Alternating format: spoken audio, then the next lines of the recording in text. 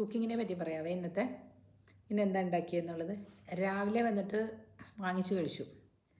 Because ഇന്നലെ നന്ദഗോവിന്ദം ഭജൻസ് കാണാൻ പോയിട്ട് രാത്രി 1:30 ആയി വീട്ടിൽ വന്നപ്പോൾ. 12:30 1 മണിക്കായി. അപ്പോൾ വന്നിട്ട് നോക്കുമ്പോൾ കുറച്ച് ഫിഷ് കറി ഉണ്ടായിരുന്നു. അത് എൻ്റെ കൂടെ കഴിക്കാൻ ചോറ് വേണമായിരുന്നു. ഉടനെ തന്നെ ചോറ് വെച്ചിട്ട് അതെടുത്ത് ഫിഷ് കറിയുടെ കൂടെ കഴിച്ച് പിന്നെയാണ് മരുന്നൊക്കെ കഴിച്ച് കിടന്ന് ഉറങ്ങിയത്. അതുകൊണ്ട് രാവിലെ 8 മണിക്കാണ് കേട്ടോ എഴുന്നേറ്റ്. Don't do this. ഞങ്ങൾ എന്താ പറയുക, ഡിസിപ്ലിൻഡ് ആയിട്ടുള്ള ഒരു കപ്പിളായിരുന്നു. ഇപ്പം ഈ ജോലിയൊക്കെ വിട്ടിട്ടിരിക്കുന്നത് കൊണ്ടുണ്ടല്ലോ കുറച്ച് ഡിസിപ്ലിൻഡ് മോഡിൽ നിന്ന് മാറിയിട്ടുണ്ട്. അപ്പോൾ ഇന്നത്തെ എൻ്റെ സംസാരം എന്താണെന്ന് വെച്ചാൽ, ഈ ഡിസിപ്ലിൻഡ് മോഡിൽ നിന്ന് നമ്മൾ മാറരുത് കേട്ടോ. നമ്മളത് മാറിക്കഴിഞ്ഞാൽ പിന്നെ നമുക്കൊരു പെട്ടെന്ന് അങ്ങ് വയസ്സായി പോകും, നമ്മളെപ്പോലുള്ള എൻ്റെയൊക്കെ പ്രായമുള്ളവർ കേട്ടോ. അപ്പോൾ we have to do something. അതിനെന്താണ് ചെയ്യേണ്ടതെന്ന് ആലോചിച്ച് വയ്ക്കുക. ഞാൻ ബുക്ക് എഴുതുന്നുണ്ട്. ആ ബുക്ക് പക്ഷെ ഒരു 1.5 ബുക്കാണേ. അതുകൊണ്ട് ആ ബുക്ക് പബ്ലിഷ് ചെയ്ത് കഴിഞ്ഞിട്ടുണ്ടെങ്കിൽ ഇവിടുത്തെ എൻ്റെ നേരത്തെ ഞാൻ അന്ന് യൂട്യൂബിൻ്റെ കഥ പറഞ്ഞ പോലെ ആയിരിക്കും. ഇറ്റ് വിൽ ബി ലൈക്ക് ഒരു അങ്ങനത്തെ ബുക്കാണ്. സോ അതവിടെ ഇരിക്കട്ടെ. അത് സമയത്തിൽ നമുക്ക് ചെയ്യാം. ഞാൻ എൻ്റെ ബുക്കിനെ പറ്റി പറയുമ്പോൾ എനിക്കൊരു കാര്യം, അത് ഒരു സെൽഫ് ഹെൽപ്പ് മോഡിലുള്ള ബുക്കാട്ടോ. നിങ്ങൾക്ക് എല്ലാവർക്കും ലൈഫിനെ പറ്റി മനസ്സിലാക്കാൻ വേണ്ടിയിട്ട് ഞാൻ എഴുതുന്ന ബുക്കാണത്. It will take some time. പിന്നെ എൻ്റെ മൈ ആഞ്ചലീന എല്ലാവരും വായിച്ചോ? My Angelina a Brit or an Indian എന്ന് പറഞ്ഞ ബുക്ക് എല്ലാവരും വായിച്ചോ? നോവൽ കുറേ പേര് വാങ്ങിച്ചിട്ടുണ്ടെന്ന് എനിക്കറിയാം കേട്ടോ. അത് ഞാൻ എന്താ ചെയ്യാൻ പോകണമെന്ന് വെച്ചാൽ, I am just publishing it myself. ഞാൻ തന്നെ ചെയ്യാൻ പോവാം. അപ്പോൾ നിങ്ങൾക്ക് ഞാൻ എൻ്റെ വാട്സപ്പ് നമ്പർ ആ സമയത്ത് ഞാൻ തരുന്നതായിരിക്കാം. ആ വാട്സപ്പ് നമ്പറിൽ കയറണമെങ്കിൽ തന്നെയും you have to buy my book. വേറെ വഴിയില്ല, എനിക്ക് മാർക്കറ്റിംഗ് ചെയ്തേ പറ്റുള്ളൂ. കാരണം എന്താണെന്നറിയോ, ആമസോണിൽ വിട്ടിട്ട് എൻ്റെ കുറേ ഫ്രണ്ട്സ് മേടിച്ചു. എനിക്ക് ആകെ കിട്ടിയത് 3000 രൂപയാണ് ആ ബുക്കിൽ. ആ ബുക്കിന് 299 ഒക്കെയാണ് കോസ്റ്റ്. എത്രയോ പേര് മേടിച്ചു എന്നറിയാം. അതായത് 30,000 രൂപ എനിക്ക് കിട്ടണം 100 പേര് വാങ്ങിച്ചാൽ അല്ലേ. എനിക്ക് കിട്ടിയത് 3000 രൂപ. എന്തൊരു പറ്റിക്കില്ല നോക്കൂ. അതപ്പോൾ നമ്മൾ വീട്ടിലിരുന്നിട്ട് ഞാൻ തന്നെ പാക്ക് ചെയ്ത് അയക്കുന്നതല്ലേ നല്ലതെന്ന് ഞാൻ ആലോചിക്കുമായിരുന്നു. നിങ്ങളൊന്ന് കമൻറ്റ് ചെയ്യണേ. വേണമെങ്കിൽ അത് ഞാൻ വായിച്ചും കേൾപ്പിക്കാം. അത് മേടിക്കുന്നവർക്ക് എക്സ്ക്ലൂസീവായിട്ട് ആ കഥ, ഞാൻ ബുക്ക് ഉണ്ടെങ്കിലല്ലേ ഞാൻ വായിച്ചിട്ട് അതിൻ്റെ കഥ പറയാം. ഞാൻ എങ്ങനെയാണത് എഴുതിയത്, എങ്ങനെയാണ് അതിലേക്ക് ഞാൻ എത്തിപ്പെട്ടത്. കോവിഡ് കാലത്താണേ. എൻ്റെ അനുജൻ്റെ മകനൊരു ബുക്ക് എഴുതിയിട്ടുണ്ട് കേട്ടോ. നല്ല രസമാണ്. അവൻ്റെ ഈ ആൺകുട്ടികൾ ഭയങ്കര ബ്രില്യൻ്റാണ് കേട്ടോ ആ കാര്യത്തിലൊക്കെ. 9 വയസ്സുള്ളപ്പോൾ അവനൊരു ബുക്ക് എഴുതിയിട്ടുണ്ട്. അതിൻ്റെ ബുക്ക് പറഞ്ഞാൽ ഡോഗ്സ് ആർ ഹീറോസ് എന്ന് പറഞ്ഞിട്ട്. അവൻ തന്നെ ഈ കമ്പ്യൂട്ടറിൽ നോക്കി അതിൻ്റെ പുറം ചട്ടയൊക്കെ ഡിസൈൻ ചെയ്ത്, അത് ഞാൻ കുറേ ഇതിൽ ഞാൻ അതും കാണിച്ചിട്ടുണ്ട്. ഞാൻ നോക്കട്ടെ, അതും പ്രിൻറ്റ് ചെയ്ത് വെക്കാൻ പറ്റുമെങ്കിൽ ചോദിക്കുന്നവർക്ക് കൊടുക്കാമല്ലോ. എൻ്റെ മോന് കുറച്ച് വായനക്കാരൊക്കെ ഉണ്ടാവട്ടെ. അപ്പം ഞാൻ വീട്ടിലിരിക്കുന്ന സമയത്ത് ഇത് ചെയ്യാം കേട്ടോ. ഒരെണ്ണം പ്രിൻറ്റ് ചെയ്ത് ഇതിൻ്റെ കൂടെ ഒരെണ്ണം വെക്കാൻ പറ്റുമെന്നൊക്കെ ഞാൻ നോക്കട്ടെ. ഇതൊക്കെ ഇനിയിപ്പോൾ നമ്മൾ ചിലവുള്ള കാര്യങ്ങളാണ്. പൈസ വരവ് നിന്ന് കഴിയുമ്പോൾ വെറുതെ കളയണമല്ല കേട്ടോ. ഇതൊന്നും വെറുതെ കളയുന്ന പൈസയല്ല. ദിസ് ഈസ് ലൈക്ക്, ഇതൊക്കെ മറ്റുള്ളവർക്കും നമ്മൾ എഴുതുന്നത് വായിച്ച് രസിക്കുന്നുണ്ടെന്ന് കാണുമ്പോൾ നമുക്ക് നല്ല ഒരു സന്തോഷം തന്നെയല്ലേ. അത് എഴുതിയെടുക്കാൻ നല്ല ബുദ്ധിമുട്ടുണ്ട്. നമ്മൾ എഴുതാനിരിക്കുമ്പോഴാണ് ഈ പറഞ്ഞ റൈറ്റേഴ്സ് ബ്ലോക്കൊക്കെ വരുന്നത്. എങ്ങനെയായിരിക്കും അല്ലേ ആളുകളൊക്കെ ഒരുപാട് കഥകളൊക്കെ എഴുതുന്നതും. ഈ മീരയൊക്കെ, KR മീരയൊക്കെ അങ്ങ് എഴുതി വെക്കുകയാണല്ലേ. ഇനി പിന്നെ കുറേ ഇതിലുണ്ടല്ലോ ഗോസ്റ്റ് റൈറ്റിംഗ് എന്ന് പറഞ്ഞൊരു പരിപാടി ഉണ്ടല്ലോ. മീരയുടെ അല്ല കേട്ടോ ഞാൻ പറയണേ. ഗോസ്റ്റ് റൈറ്റിംഗ് എന്ന് പറഞ്ഞിട്ടുണ്ടെങ്കിൽ ഒരാളിരുന്ന് പറയും, പക്ഷേ വേറൊരാളെ ആണ് എഴുതുക. ഇപ്പം ഞാൻ പറയത്തേ ഉള്ളൂ, ഇതാണ് കേട്ടോ ഇങ്ങനെയാണ് വേണ്ടത് എനിക്കെന്ന് പറയുമ്പോൾ അവർ അവരുടെ ലാംഗ്വേജിൽ എഴുതി ബുക്കിങ് തരും അത്ര. പക്ഷേ അവർ പാവങ്ങൾ, അവർക്ക് പൈസ കൊടുത്തിട്ട് ഈ വലിയ ആൾക്കാർ, വലിയ എഴുത്തുകാരി, എൻ്റെ ദൈവമേ സായറാം, ഞാൻ വലിയ എഴുത്തുകാരി ആയതുകൊണ്ടല്ല ഞാൻ പറഞ്ഞത്. അങ്ങനെ വലിയ എഴുത്തുകാർ അങ്ങനെ ചെയ്യിക്കാറുണ്ടെന്ന് കേൾവി കേട്ടിട്ടുണ്ട്. I'm not talking about Meera കേട്ടോ. അവർ നന്നായിട്ട് സ്വന്തം കഷ്ടപ്പെട്ട് എഴുതുന്നതാണ്. പിന്നെ അവരുടെ ലാംഗ്വേജൊക്കെ അവർ തന്നെ എഴുതിയാലല്ലേ എല്ലാവരും വായിക്കുള്ളൂ. അങ്ങനെ ഈ സിനിമയിലൊക്കെ സ്ക്രിപ്റ്റ് റൈറ്റിങ്ങിലൊക്കെ അങ്ങനെയൊക്കെ ഉണ്ടല്ലോ, ഗോസ്റ്റ് റൈറ്റിംഗ് എന്ന് പറഞ്ഞ ഏർപ്പാടൊക്കെ ഉണ്ട്. അതിപ്പോൾ എല്ലാവർക്കും എനിക്ക് തോന്നുന്നു നല്ല വലിയ ആൾക്കാർക്കൊക്കെ അറിയാൻ പറ്റും അത്. ദേ ആർ ഡൂയിങ് ഇറ്റ് എന്നുള്ളത്. ഇപ്പോൾ മോഹൻലാലൊക്കെ അവർ തന്നെ ഇരുന്ന് എഴുതുന്നൊന്നും ആയിരിക്കില്ലല്ലോ. അതൊക്കെ പറയാം. അപ്പം മമ്മൂട്ടി, മോഹൻലാലൊക്കെ അവർ കറക്റ്റായിട്ട് കറക്റ്റ് ചെയ്യുന്നുണ്ടാകും. പിന്നെ പിന്നെ അത് വായിച്ച് നോക്കുന്നുണ്ടാകും, അതൊക്കെ നോക്കുന്നുണ്ടാകും. അയ്യോ, അതൊന്ന് വായിച്ച് നോക്കിയില്ലെങ്കിൽ പറ്റിയ അബദ്ധം, മോഹൻലാലിന് പറ്റിയ അബദ്ധം ഞാൻ ഇതിനു മുമ്പ് ഒരു വീഡിയോയിൽ പറഞ്ഞിട്ടുണ്ട്. നിങ്ങൾ കണ്ടിട്ടുണ്ടോ? മറ്റേ ദാദാ ഫാൽക്കെ അവാർഡിൽ മോഹൻലാൽ ഇങ്ങനെ പ്രസംഗം പറഞ്ഞപ്പോഴേ ChatGPT എന്തോ എടുത്ത് പറഞ്ഞു എന്ന് തോന്നുന്നു അത്.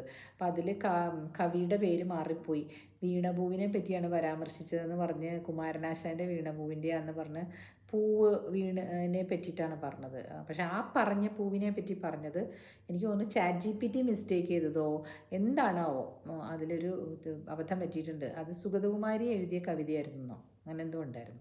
അപ്പോൾ ഇത് വക്കീലന്മാർക്ക് പറ്റാറുണ്ട്. ഞങ്ങളുടെ ഫേമിൽ ഒരു വക്കീൽ, ഒരു പയ്യൻ കേട്ടോ, ഒരു പയ്യൻ എന്ന് പറഞ്ഞാൽ എന്നെ വെച്ച് നോക്കുമ്പോൾ പയ്യൻ ഏകദേശം ആ സമയത്ത് ഞങ്ങളെല്ലാവരും അത് ഒരേ 2-3 വയസ്സ് വ്യത്യാസം ഉണ്ടാവുള്ളൂ. പുള്ളി എന്നെക്കാൾ ഇളയതായിരിക്കും. അയാൾ വന്നിട്ട് ഇത് കൊടുക്കാൻ പറഞ്ഞു, എന്ത് ഒപ്പീനിയൻ കൊടുക്കാൻ പറഞ്ഞിട്ടേ ഗൂഗിളിൽ പോയിട്ട് ടൈപ്പ് ചെയ്തിട്ട് ഒപ്പീനിയൻ എടുത്ത് കൊടുത്തു. ഒപ്പീനിയൻ കറക്റ്റാണ്, പക്ഷേ നമ്മുടെ ഇന്ത്യയിലെ ഒപ്പീനിയൻ അല്ലായിരുന്നു അത് നോക്കിയില്ല. അത് വേറെ രാജ്യത്തിൻ്റെ ഏതോ ഒരു ആൾ എഴുതിയിരുന്ന ആർട്ടിക്കിൾ പൊങ്ങി വന്നിട്ട് ഗൂഗിളിൽ ഇങ്ങനെ ഒരു ചോദ്യം ടൈപ്പ് ചെയ്തു. ChatGPT പോലെ എന്തോ ഒരു ചോദ്യം ടൈപ്പ് ചെയ്ത് അതിനൊരു ഉത്തരം വന്നപ്പോൾ അതിൽ നിന്ന് എടുത്ത് അതങ്ങോട്ട് അത് തന്നെ ടൈപ്പ് ചെയ്ത് വിട്ടു. അവസാനം ആ എന്താ പറയുക, ചോദ്യം ചോദിച്ച വക്കീൽ, അതായത് വേറെ രാജ്യത്ത് നിന്ന് ചോദിച്ച വക്കീൽ ഇത് എടുത്ത് ഇതെല്ലാം പ്രിൻ്റ് ചെയ്ത് അയച്ചു കൊടുത്തു ഫേമിൻ്റെ ഓണർക്ക്. എങ്ങനെയുണ്ട്?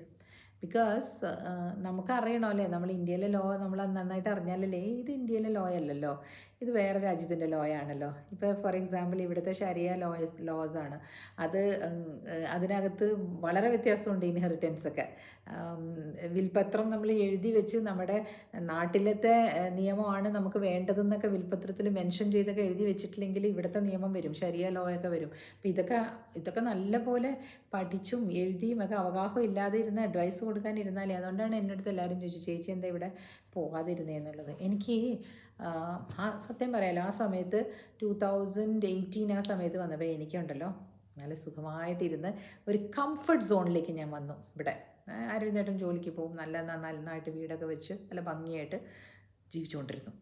And I use to cook and I know to cook well also. അപ്പോൾ ഞാൻ ആ ഒരു കംഫർട്ട് സോണിലേക്ക് മാറിയിട്ടോ. പിന്നെ കുറച്ച് കഴിഞ്ഞപ്പോൾ എനിക്ക് മടുത്തു. അയ്യോ, എനിക്ക് അടുക്കളപ്പണി വേണ്ടേ എന്ന് പറഞ്ഞിട്ട് ഞാൻ ഇങ്ങനെയൊക്കെയാണ് what I am telling you. അപ്പോൾ എനിക്കൊരു ജോലി കിട്ടി ഷാർജയിൽ. അരവിന്ദേട്ടൻ വന്നിട്ട് he was working in a site. അപ്പം നമ്മൾ ഈ വീടൊക്കെ വിട്ടിട്ട്, വലിയ ഒരു വീടായിരുന്നു ഇവിടെ ആദ്യം എടുത്തിരുന്നത്, അത് വിട്ടിട്ട് ഞങ്ങൾ ഷാർജയിലേക്ക് പോയി. ഷാർജയിൽ പോയിട്ടും അവിടെ ഒരു വീടൊക്കെ എടുത്താൽ എനിക്കും നല്ല സാലറിയൊക്കെ കിട്ടിയിരുന്നു കേട്ടോ. ആ വീടിന് നല്ല റെൻ്റൊക്കെ കൊടുത്ത് നല്ലപോലെ ഫർണിഷൊക്കെ ചെയ്ത് അവിടെ ഇരുന്ന് കഴിഞ്ഞപ്പോഴേക്കും 6 മാസം കഴിഞ്ഞപ്പോഴേക്കും എനിക്ക് ആ ജോലി പോയി. എനിക്കത് ചെയ്യാൻ പറ്റിയില്ല സത്യം പറഞ്ഞു കഴിഞ്ഞാൽ. എല്ലാവർക്കും എല്ലാം ചെയ്യാൻ പറ്റും എന്നൊന്നുമില്ല കേട്ടോ. കാരണം നമ്മൾ വേറൊരു കൺട്രിയിലേക്ക് വരുമ്പോൾ അതിൻ്റേതായ ബുദ്ധിമുട്ടുകളൊക്കെ ഉണ്ടാവും. എൻ്റെ അക്യുമെൻ എന്ന് പറഞ്ഞത് ഇന്ത്യൻ ലോയിലും ഇന്ത്യൻ രീതിയിലുമാണ് ഞാൻ എൻ്റെ പ്രൊഫൈൽ ബിൽഡ് ചെയ്ത് വെച്ചിരിക്കുന്നത്. സോ അവിടെ അത് എനിക്ക് മാച്ചായില്ല. I couldn't. There is nothing wrong in admitting that I couldn't. കാരണം യങ് ആയിട്ടുള്ള ആൾക്കാരനെ ആയിരുന്നു അവർ പ്രിഫർ ചെയ്തുകൊണ്ടിരുന്നത്. ഐ വാസ് 50 അല്ലേ, 49 വയസ്സുണ്ടായിരുന്നു. അപ്പോൾ 4 വർഷമായി ആ ജോലി, 3.5 വർഷമായിട്ടുണ്ട്. അപ്പോൾ പിന്നെയും അരവിന്ദേട്ടൻ ഇങ്ങോട്ടേക്ക് മാറിയപ്പോൾ നമ്മുടെ ഇതനുസരിച്ച് നമ്മുടെ വരുമാനം അനുസരിച്ചുള്ള വീടെടുത്തു. പക്ഷേ I was getting into the comfort zone. വെറുതെ കിടന്ന് ഉറങ്ങുക. പക്ഷേ ആ സമയത്ത് ഞാൻ ചെയ്ത പരിപാടിയാണ് യൂട്യൂബും ഇൻസ്റ്റഗ്രാമും പിന്നെ ബുക്ക് എഴുത്തും. എൻ്റെ ആഞ്ചലീന കംപ്ലീറ്റ് ചെയ്ത് പബ്ലിഷ് ചെയ്യാൻ പറ്റി. അങ്ങനെ അപ്പോൾ എല്ലാം ഒരു നിമിത്തമാണ്, എല്ലാം നല്ലതിനാണ് എന്ന് ധരിച്ച് നമ്മളങ്ങ് മുമ്പോട്ട് പോവുക. ഒന്നിനും ആരെയും പഴിക്കണ്ട. അപ്പോൾ കഴിഞ്ഞ ഒരു ഇതിൽ ഞാൻ പറഞ്ഞില്ലേ എൻ്റെ അവസ്ഥയെ പറ്റിയിട്ട്, എനിക്ക് തിരിച്ചു പോകുന്നതിൽ എനിക്കെന്തോ ഒരു വിഷമമൊക്കെ പോലെ തോന്നുന്നു. ഞാനതൊന്നും കാര്യമായിട്ട് എടുക്കാൻ പോണില്ല. എന്തിനു കാര്യമായിട്ട് എടുക്കണം? I have done something. അതിൻ്റെ ഒരു ഫ്രൂട്ട് നമുക്ക് കിട്ടട്ടെ. എനിക്കിപ്പോൾ അവിടെ പോയിട്ട് ഐ ജസ്റ്റ് വോണ്ട് ടു എന്താ പറയുക, I just want to be there for some ടൈമെങ്കിൽ ഐ വിൽ ബി ദെയർ. അതിൽ തെറ്റൊന്നുമില്ലല്ലോ. ഇപ്പം നമ്മുടെ നിയമവും അതല്ലേ പറയുന്നത്. നമ്മുടെ നിയമം പറയുന്നത് ഒരു സ്ത്രീ വിവാഹം കഴിച്ച് ചെല്ലുന്ന വീട്ടിൽ അവൾക്ക് എത്ര കാലം വേണമെങ്കിലും കഴിയാം. അവളുടെ ഓണർഷിപ്പ് ഒന്നും പ്രൂവ് ചെയ്യേണ്ട ആവശ്യമില്ല. അവിടുത്തെ മകൻ്റെ ഭാര്യയായിട്ട് ചെന്ന് കഴിഞ്ഞാൽ ഈ സ്ത്രീക്ക് ഓണർഷിപ്പിൻ്റെ ആവശ്യമൊന്നുമില്ല അവിടെ കഴിയാനായിട്ട്. അപ്പോൾ so that is applicable to me also. No, ഞാൻ വക്കീൽ പഠിച്ചു എന്നും പറഞ്ഞ് ഞാനൊരു ബഹു അല്ലാതെ ആകുന്നില്ല, അല്ലെങ്കിൽ ഒരു മരുമകളാകാതെ ആകുന്നില്ല അല്ലേ. So that's okay. ഇതൊക്കെ പറയും, അപ്പോഴപ്പോഴും പറയും, അതങ്ങ് കഴിയും. നമ്മുടെ ജീവിതം അതിൻ്റെ ഇടയിലൂടെ നമ്മൾ മാനുവർ ചെയ്ത് കൊണ്ടുപോകാൻ നമ്മൾ പഠിച്ചിരിക്കണം അല്ലേ. എന്താ വെച്ചാൽ ഇതൊക്കെ കണ്ട് പേടിച്ച് ഞാൻ മാറുകയാണെങ്കിൽ അപ്പം നിങ്ങളെപ്പോലുള്ള സാധാരണക്കാരെന്ത് വിചാരിക്കും അല്ലേ. പലർക്കും പല സമയത്ത് പല മൂഡായിരിക്കുന്നേ. അത് കാര്യമാക്കാനേ ഇല്ല. നമ്മൾ നമ്മുടെ ജീവിതം ഹാപ്പി ആയിട്ട് കൊണ്ടുപോകണം. എങ്ങനെ നമുക്കത് ഹാപ്പിയാക്കാം, ഏത് സമയവും നമ്മൾ ഹാപ്പി ആയിട്ട് ഇരിക്കണമെങ്കിൽ എന്ത് ചെയ്യണം, അതാണ് എൻ്റെ ഇന്നത്തെ ടോപ്പിക്ക് നിങ്ങളുടെ അടുത്ത്. കംഫർട്ട് സോണിലൊന്നും എപ്പോഴും ഇരിക്കരുത്. കംഫർട്ട് സോണിൽ നിന്ന് ഒരു ഇച്ചിരി അൺകംഫർട്ടബിൾ ആയിട്ടൊക്കെ ഉള്ള ഈ യാത്രയൊക്കെ ഒന്ന് പോയി നോക്കൂ. ഇപ്പം ഞാൻ അവിടെ ചെന്ന് കഴിയുമ്പോൾ എനിക്ക് കാറില്ല കേട്ടോ, ഒറ്റ കാറുമില്ല. എല്ലാ കാറും ഞാൻ വിറ്റു. ചിലതൊക്കെ ഞാൻ വളരെ ദാനം ചെയ്യണ പോലെ എൻ്റെ ബ്രദറിൻ്റെ ഒരു ഫ്രണ്ടിന് ഞാൻ കൊടുത്തു. വളരെ കുറച്ച് നാമമാത്ര പൈസയൊക്കെ വാങ്ങിച്ചിട്ട്, ബിക്കോസ് അവർക്ക് പെട്ടെന്ന് ആവശ്യമായിരുന്നു. ഇത് വെറുതെ തുരുമ്പെടുത്ത് പോകുമെന്ന് പറഞ്ഞിട്ട് ഹ്യൂണ്ടായി വെർണ അത് അങ്ങനെ കൊടുത്തു. പിന്നെ ഒരു ഹോണ്ട സിറ്റി ഉണ്ടായിരുന്നു, അതും വിറ്റു. ഒക്കെ ഞാൻ ഇങ്ങോട്ട് പോണ സമയത്ത് വിറ്റതായിരുന്നേ. അപ്പോൾ ഇനി പോയിട്ട് റീസ്റ്റാർട്ട് ചെയ്യണമെങ്കിൽ 10-20 ലക്ഷം രൂപ അങ്ങോട്ട് എടുത്ത് വെച്ച് ഇപ്പോൾ കാർ വാങ്ങിക്കേണ്ട കാര്യമുണ്ടെന്ന് എനിക്ക് തോന്നുന്നില്ല. So let me use public transport. നിങ്ങൾക്ക് ഇഷ്ടംപോലെ കഥകൾ കേൾക്കാം. എല്ലാവരും പറയുന്ന പബ്ലിക് ട്രാൻസ്പോർട്ടിൽ പോയാൽ നല്ല ബുദ്ധിമുട്ടായിരിക്കും എന്നൊക്കെ പറയുന്നുണ്ട്. Let me try and see കേട്ടോ. ഞാൻ എല്ലാം ഒന്ന് ട്രൈ ചെയ്യാൻ പോകണം. അവിടെ പോകുമ്പോൾ എപ്പോഴും എനിക്ക് ഓട്ടോയിൽ പോകണം ഭയങ്കര ഇഷ്ടമാണ്. നമുക്ക് ഓടിക്കണ്ട, സുഖമായിട്ട് ഓട്ടോയിൽ പോയി അവിടെ നിന്ന് അമ്പലങ്ങളിലൊക്കെ തൊഴുതിട്ട് വരാം. അങ്ങനെയൊക്കെ ഞങ്ങൾ കുറേ പ്ലാൻസൊക്കെ വെച്ചിട്ടുണ്ട്. ഇപ്രാവശ്യം നമ്മൾ പറയായിരുന്നു, ഞാൻ അരവിന്ദിൻ്റെ അടുത്ത് പറയായിരുന്നു, let us go by bus. അപ്പോൾ എന്താണെന്നറിയോ, ഈ ഓട്ടോക്കാരൻ വെയിറ്റ് ചെയ്ത് നിൽക്കുന്നുണ്ടെന്ന് തോന്നണ്ട. നമ്മളെങ്ങനെയായിരിക്കും ബസ്സിൽ പോയിട്ട് അവിടെ നിന്നിട്ട് ആരെയും സമയത്തിനെയും ഒന്നും പേടിക്കാതെ നമുക്ക് എത്ര നേരം വേണമെങ്കിലും ഇരുന്ന്, കാരണം നമ്മൾ സമയത്തിന് അല്ലെങ്കിൽ മറ്റുള്ളവരുടെ സമയത്തിന് നമ്മൾ വില കൊടുക്കണം, വെയിറ്റിംഗ് ചാർജ് കൊടുക്കണം. കാറിലല്ലല്ലോ നമ്മൾ പോകുന്നത്. അപ്പോൾ let us go like this എന്നൊക്കെ പറഞ്ഞിട്ടാണ് ഞങ്ങൾ പ്ലാൻ ചെയ്യുന്നത്. I don't know how I'm going to do this, but ഞാൻ നിങ്ങളോട് ഓരോന്നും ഓരോ സമയത്ത് ഞാൻ പറയുന്നതായിരിക്കും കേട്ടോ. പിന്നെ എല്ലാവരും പറയുന്നുണ്ട്, ചേച്ചി എന്തിന് വക്കീൽ പ്രാക്ടീസ് തുടങ്ങിക്കൂടെയെന്ന്. ഇത് ചെയ്യാം, അതൊരു വലിയൊരു റെസ്പോൺസിബിലിറ്റിയാണ്. Let me just see how I can do it. ഇതൊക്കെ വിളിച്ചു പറഞ്ഞു കഴിഞ്ഞിട്ട് ചെയ്യാനൊന്നും പറ്റത്തില്ലെന്നേ. നോക്കാം എങ്ങനെയാണ് കാര്യങ്ങളൊക്കെ പോകുന്നത്. എന്തായാലും ഞങ്ങൾ തിരിച്ചങ്ങോട്ട് പോകും. മാവേലിക്കരയിലുള്ളവർക്കൊക്കെ എന്നെ കാണാൻ വരാം കേട്ടോ. നമുക്ക് മീറ്റ് ചെയ്യാം. അവിടെ ഞാൻ നിങ്ങളെ സ്വീകരിക്കാം. അതൊക്കെ ഞാൻ പറഞ്ഞുതരാവേ. പിന്നെ എന്താണെന്ന് വെച്ചാൽ എനിക്കൊരു കംഫർട്ടബിൾ ആയി കഴിഞ്ഞതിന് ശേഷമായിരിക്കും ഞാൻ എല്ലായിടത്തും വരാൻ പറയുള്ളൂ. കാരണം ആരാണ് എന്നെ കാണാൻ വരുന്നതെന്ന് എനിക്ക് കുറച്ചൊരു അറിയണമല്ലോ. കുറച്ച് 2-3 പേരെന്നെ കാണാൻ അവിടെ വന്നിട്ടുണ്ട് ഞാൻ മാലിക്കലുള്ള സമയത്ത് കേട്ടോ. They are all nice people. എനിക്കൊരു സന്തോഷം തോന്നും എൻ്റെ വീഡിയോസ് കണ്ടിട്ട് ചേച്ചി ഇഷ്ടമായിട്ടാണ് വരുന്നതെന്ന് പറയുമ്പം വെൽക്കം. പക്ഷെ അതൊരു ഓഫീസ് സെറ്റപ്പൊക്കെ ആണെങ്കിലുണ്ടല്ലോ, ഇറ്റ് വിൽ ബി മോർ, എനിക്കും കൂടെ കുറച്ചുകൂടെ കംഫർട്ടബിൾ ആയിരിക്കും. അപ്പോൾ ഈ കംഫർട്ടബിൾ സോണിൽ നിന്ന് അൺകംഫർട്ടബിൾ ആയിട്ടുള്ള സോണിലോട്ട് മാറുമ്പോഴാണ് നമുക്ക് വളർച്ച ഉണ്ടാവുള്ളൂ എന്ന് ഞാൻ പറഞ്ഞു. എല്ലാത്തിനും അതിൻ്റേതായ സമയം ഉണ്ടാകും. എല്ലാത്തിനും അതിൻ്റെ സമയം ഉണ്ടാവും. പിന്നെ മിറക്കിൾസും മാജിക്കും ഒക്കെ എക്സ്പെക്റ്റ് ചെയ്ത് വെറുതെ ഇരുന്ന് കളയരുത്. മാജിക്കൊക്കെ നടക്കും, പക്ഷെ വെറുതെ ഇരുന്ന് കളഞ്ഞിട്ട് സമയം കളഞ്ഞിട്ട് ഇപ്പോൾ മാജിക്ക് നടക്കും എന്ന് പറഞ്ഞാൽ കാര്യമില്ല. ഓക്കെ, അപ്പോൾ കുഞ്ഞു വീഡിയോസേ ഞാൻ ഇടുള്ളൂ എന്ന് ഞാൻ പറഞ്ഞിട്ടുണ്ട്. ഞാൻ ലൈവിൽ വരാം കേട്ടോ. ഇപ്പോൾ കണ്ട് കഴിഞ്ഞവർ ഞാനൊരു അരമണിക്കൂർ കഴിയുമ്പോൾ ലൈവിൽ വരാം. Okay, bye. ഞാൻ ഇൻസ്റ്റഗ്രാമിൽ ലൈവിൽ പോയേക്കുമായിരുന്നു. ഇപ്പോൾ ഇന്ന് ഇത് പറഞ്ഞു കഴിഞ്ഞിട്ട് ഇത് പോസ്റ്റ് ചെയ്തിട്ട് ഞാൻ ലൈവിൽ വരും എന്ന് ഞാൻ പറഞ്ഞാലല്ലേ എല്ലാവരും അറിയുള്ളൂ. Okay, by.